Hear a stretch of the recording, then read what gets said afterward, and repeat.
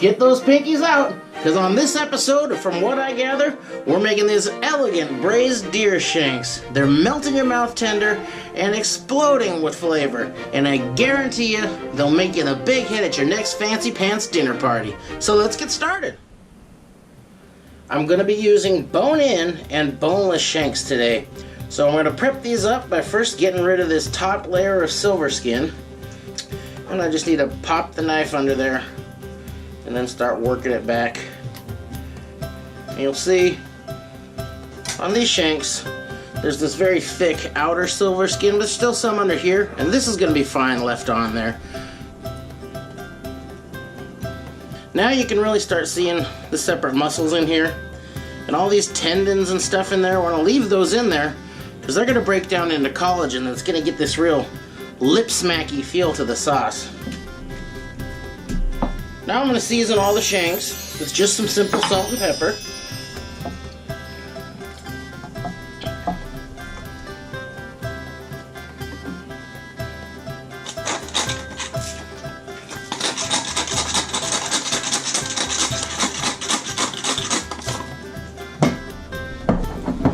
Now we'll dredge all these in flour and set them aside while we get the pan heating up. Okay, I've got a nice heavy pot here, or Dutch oven, and I got about 3 tablespoons of oil, nice and hot in the bottom. I'm going to go ahead and I'm going to sear these a little bit.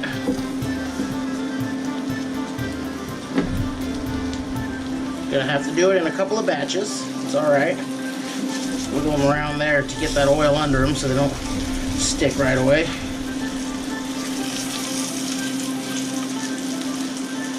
And that's just going to take about a couple of minutes on each side.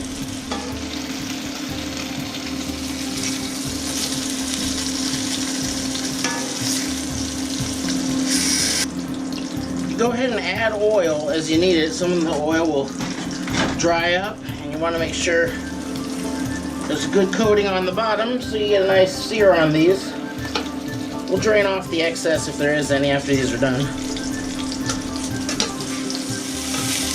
Those look about right. So I'm going to pull these out,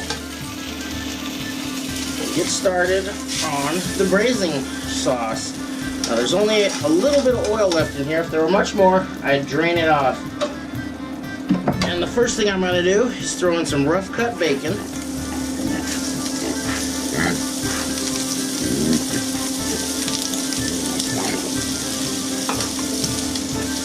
I'm going to bring my heat down to kind of a medium-low setting. And just get that bacon to start to render a bit, crisp up a little bit.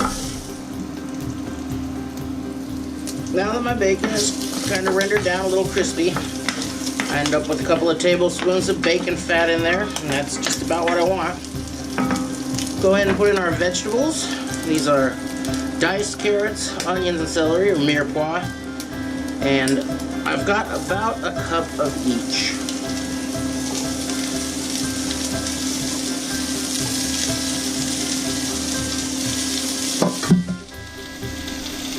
Season those a little bit.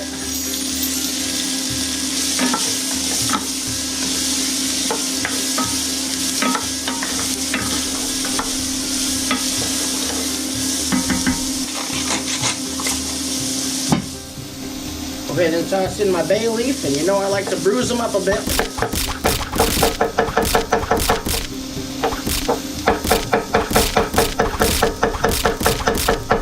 That's again a fresh bay leaf. If you're using a dry one, use more than one. Use 2 or 3 because they're really low on flavor.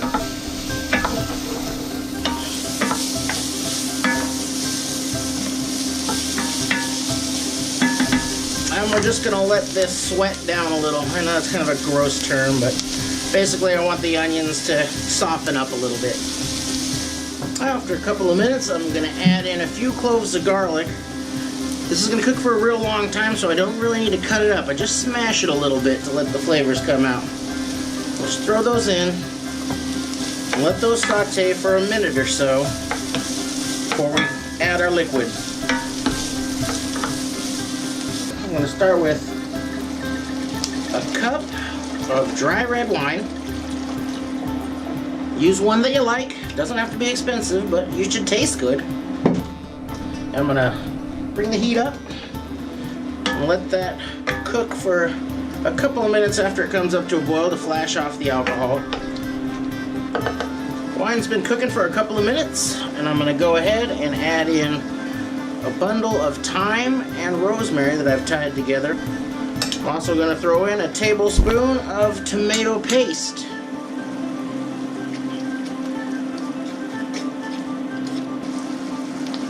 Now I'm going to come in with, let's see, enough beef broth that it's not going to cover my shanks, but it's going to come up kind of to what you would call their shoulders, you know, 2/3, 3/4 of the way up the meat. And in this pot, it looks like it's going to be a couple of cups. And finally, I like to add a little cinnamon to this. You could use, I'm going to guess about a half a teaspoon to a teaspoon of ground cinnamon. I like to put in, for this amount, about a half a stick.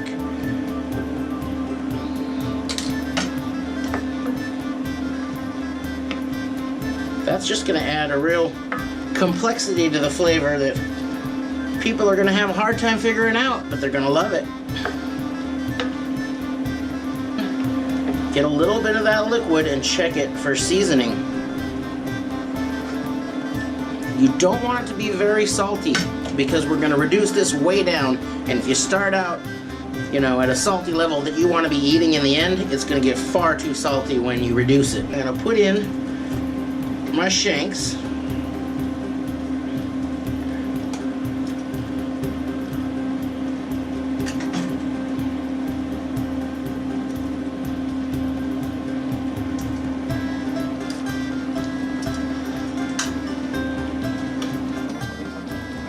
Now once this comes back up to a boil and gets all nice and hot, I'm going to put a lid on that and drop this in a 300-degree oven until that meat gets very tender, but hopefully not mushy. And that's going to take 2.5 to 3 hours in a 300-degree oven. And you know what that means?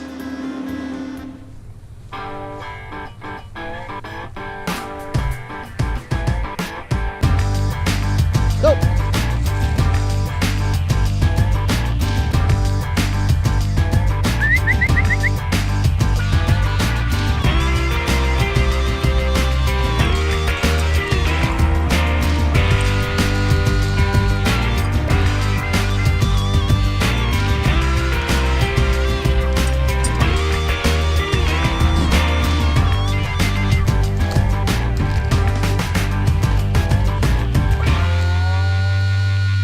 3 hours in the oven, and we're ready to finish this up.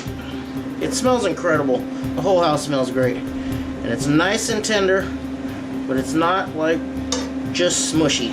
I'm going to remove the shanks, set them aside. I've got my shanks removed from the pot, and now I'm going to strain the sauce and finish it up.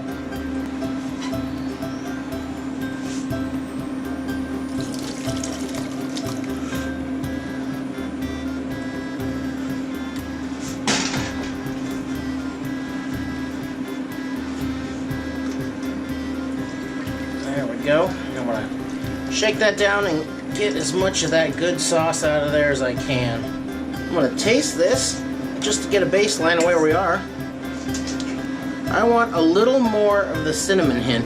I don't want it to be cinnamony and all festive or anything, but I want it to just be kind of a background note that is noticeable. So to get a little more, I'm just going to put in this piece of cinnamon stick, but only for about a minute or two. Now, I'm going to add a tablespoon of red or black currant jelly, just to sweeten that up a little bit. Now I'm just going to let this reduce by a little bit. It's not going to be very, very thick. It's full of collagen though, that's going to give it that stick to your lips kind of feel. We're reduced down to about where I want to be. I'll get rid of that cinnamon stick. I'm going to just kill the heat. and put in a couple of pats of cold butter and just a sprinkling of some fresh parsley. And I'm going to keep stirring until that butter is incorporated.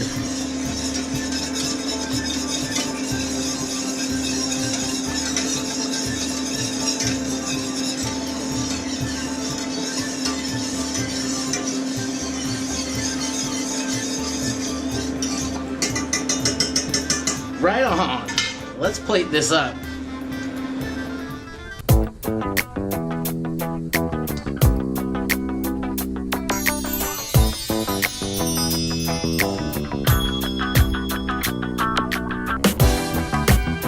I'm just going to serve this on top of a couple of polenta wheels that I quickly crisped up and then topped with a little of that sauce. Let's see how we did.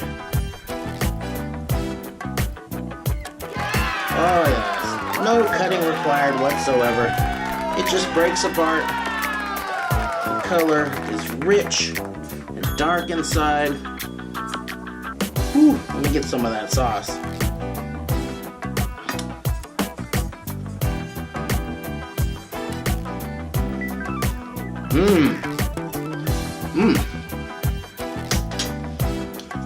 The acidity of the wine with a little bit of the sweetness from that red currant jelly and that tiny, tiny hint of cinnamon.